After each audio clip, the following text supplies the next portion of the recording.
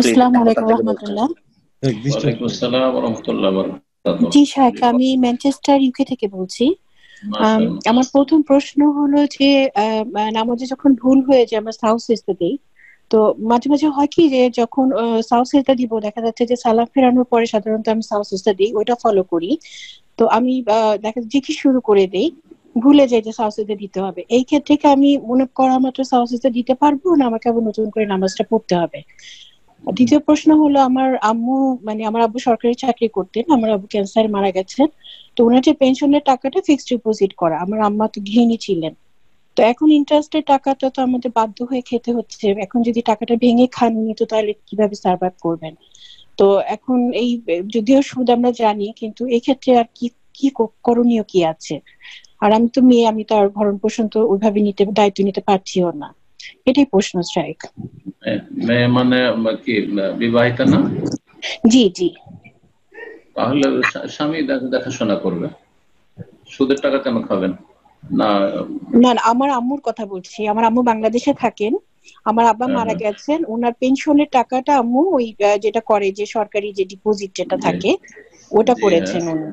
হ্যাঁ, কিন্তু ওটা ভাঙতে পারছেন না যে এখন যেহেতু উনি গৃহিণী, এটার উপরে উনি ডিপেন্ড করতে হচ্ছে। না, ভাঙতে পারছেন না কেন? ওইটা আপনি ফিক্সড ডিপোজিট করে রেখেছেন আর সুদের টাকা দিয়ে চলতে চাইছেন না, না এতে কোনো বরকত নাই, এটা মোটেই জায়েজ নাই। বরং সেই টাকাটা হয় কোনো জায়েজ কাজে লাগাবে।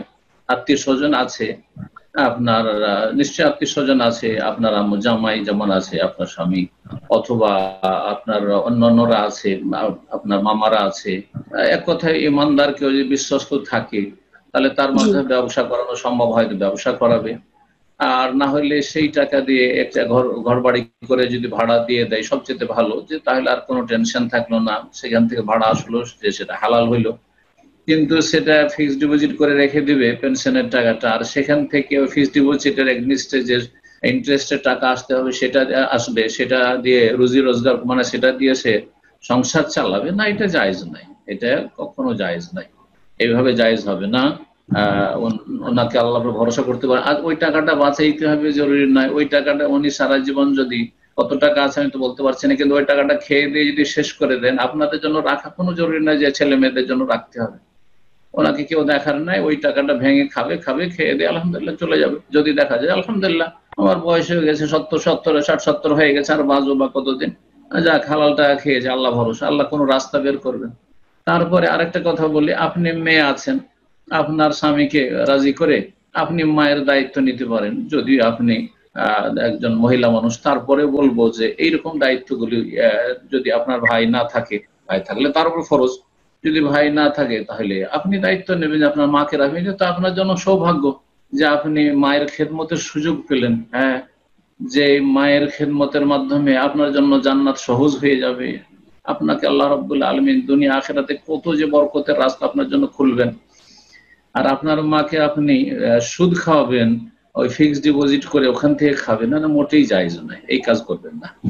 তো একটি বিষয় হয়ে গেল। আর সহজ সিজদার বিষয়টি রয়েছে। সহজ সিজদা মনে থাকলে অবশ্যই করবেন, আর যদি মনে না থাকে সালাম ফিরে দেন। আর তারপরে মুসাল্লাতে আছেন তাহলে সহজ সিজদা করে নেন। সহজ সিজদা সালামের আগেও জায়েজ, সালামের পরেও জায়েজ। সুতরাং মুসাল্লাতে যখন আছেন সহজ সিজদা করেন। আর যদি দেখা যায় যে না, দীর্ঘ সময় হয়ে গেছে সহজ সিজদা না করে আমি উঠে গেছি, অন্য কাজে লেগে গেছি, তো ইনশাআল্লাহ তাআলা সালাত হয়ে যাবে। সহজ সিজদার কারণে সালাত হবে না এমনটা না, ইনশাআল্লাহ তাআলা সালাত হয়ে যাবে।